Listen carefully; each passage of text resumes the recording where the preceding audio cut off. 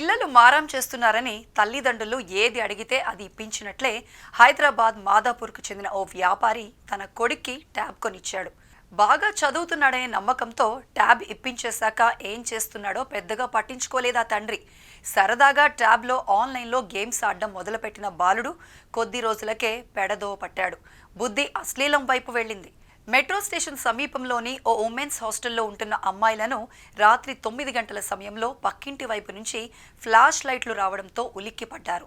ఎవరో తనను రహస్యంగా ఫోటోలు వీడియోలు తీస్తున్నారని భావించి వెంటనే పోలీసులకు ఫిర్యాదు చేశారు. పోలీసులు వెంటనే హాస్టల్కి వచ్చి అమ్మాయిలు చెప్పిన వివరాల ఆధారంగా వ్యాపారి ఇంటికి వెళ్లి ఆరా తీశారు.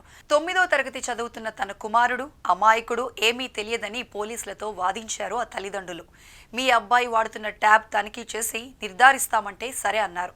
దాదాపు 3,000కు పైగా ఫోటోలు, వీడియోలలో చాలా వరకు అశ్లీలంగానే ఉన్నట్లు గుర్తించారు.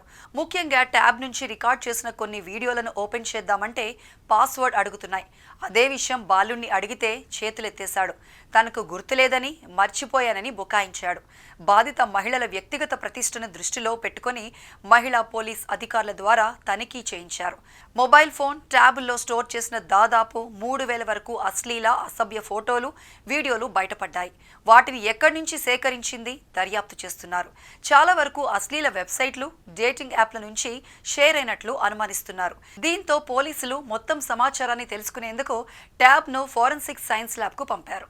విచారణ పూర్తయిన తర్వాత బాలుణ్ణి జువైనల్ కోర్టులో హాజరుపరిచారు. పిల్లలు మారం చేస్తున్నారనో, బాగా చదువుకుంటామని ప్రామిస్ చేశారనో కారణాలతో పిల్లలకు ఎలక్ట్రానిక్ గ్యాడ్జెట్స్ ఇస్తున్న తల్లిదండ్రులు వాటిని ఎలా ఉపయోగిస్తున్నాడో నిత్యం తెలుసుకుంటూ ఉండాలి. నమ్మకంతో ఇచ్చిన ట్యాబ్ లేదా మొబైల్ ఫోన్ జీవితాన్ని కాల్ చేసే వస్తువుగా మారకూడదు. తప్పు జరిగాక తలపట్టుకునే పరిస్థితి రాకముందే తల్లిదండ్రులు జాగ్రత్త పడాలని పోలీసులు హెచ్చరిస్తున్నారు.